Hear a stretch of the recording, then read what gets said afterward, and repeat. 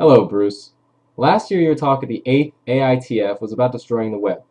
Could you run a general idea of last year's talk to our newcoming viewers? So my talk last year was called "How to Destroy the Web," and what I did was I spoke about some habits that bad developers do, like browser sniffing, coding only to one browser, not testing across devices, assuming some APIs without feature detection. And all of these things can lock people out of the web unnecessarily. So, kind of for a joke, I spoke about the best way to destroy the web is to do all these terribly bad practices, and that was quite fun. About a month ago, you posted on your blog your concerns about Opera switching to WebKit. Has your opinion changed, and why? Well, I was initially a little worried when inside the company we spoke about moving to WebKit. And the reason I was worried is I was concerned that maybe Opera would stop its involvement in web standards, etc. But we talked about that and we decided that absolutely that's not the case. We are continuing with all our web standards work. We are patching WebKit to add new standards in. In fact, the first day of the release, we submitted a patch to WebKit that would bring any WebKit browser up to the level of Presto, Opera's current rendering engine, in the field of CSS3 multi-column. So I'm not worried now. I think it's for the best, and it's going to make Opera better and WebKit better, and the web will be better. How does Opera differ from other browsers? The main distinguishing factor between Opera and competitor browsers is that we really care that everybody has access to the internet. So even people who are using older devices or older operating systems should have access to the web. Historically, we've tested on old versions of Windows, for example. Opera Desktop currently runs on Windows 2000. The next version will run on XP because that's where a great deal of the world still are. A lot of people can't afford the latest, greatest MacBook Pro with a squigabyte of solid state RAM.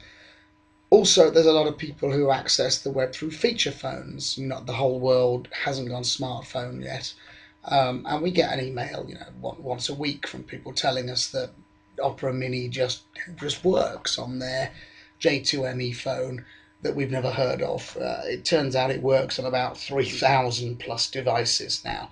Uh, and for a lot of people, the web browser isn't just a mechanism to look at pictures of kittens and say "lol," "OMG" to their friends' status updates. It can be it can be access to medical information if you can't afford a doctor. It can be a library if you have no access to one or you live too far away from a school.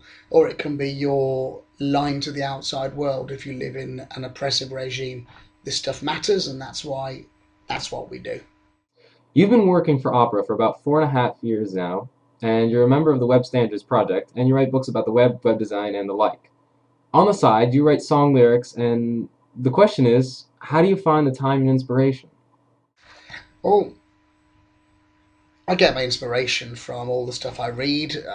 Being an English literature graduate, I've got lots of obscure books that I can get inspired by, which can mean read for song lyrics.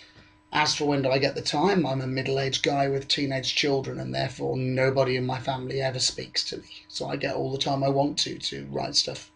Your first interaction with a computer was when you were 15 years old. But when did your interest in the internet begin, and how did you know it was something you could be passionate about? I really got interested in the web in the late 90s. I was living and working in Thailand, and access to English language publications was expensive. You could buy second-hand newspapers a few days after they were released, but who wants to read old news? And then an internet cafe opened a few doors from my apartment, so I used to go there on my days off and read the news or email people. And I became enamored of the web because I realized that this was an absolute revolution in communication. people have likened it to the printing press, but it's more than that, because the printing press produced costly books that had to be bought and shipped. The Almost anybody can publish on the web, and anybody who wants to find it can, and they can read it and communicate with each other, and that's a real change in the world, and I just wanted to be part of that. Also, of course, the web can be consumed by people who don't have access to other kinds of information for reasons of disability.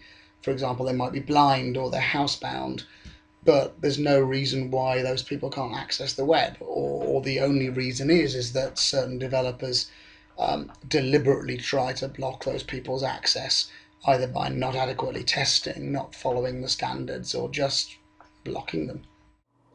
Last time you were in Krakow, you visited Auschwitz. What were your thoughts on it, and what other places would you like to see next time you come to visit Krakow? What can I say about my opinion of Auschwitz? When I was a kid in my early 20s, I used to drink at a club for elderly Polish people.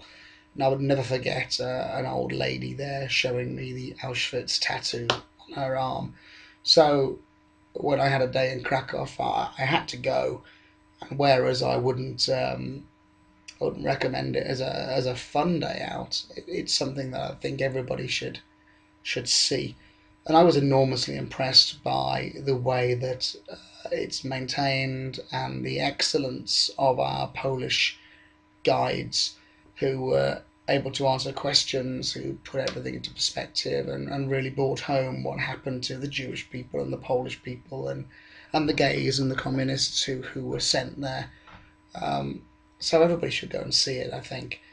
Next time I'm in Krakow, I'd like to go and see the salt mines, which look to me reminiscent of the catacombs in Paris.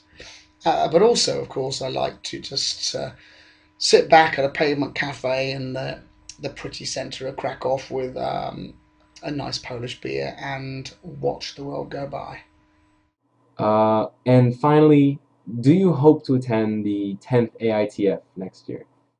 I thoroughly enjoyed the AITF last year. The calibre of the students who attended was so high. Great English language abilities, great confidence, great knowledge and questions. I was questioned on web standards, English grammar, British foreign policy in Central Europe in the early 30s.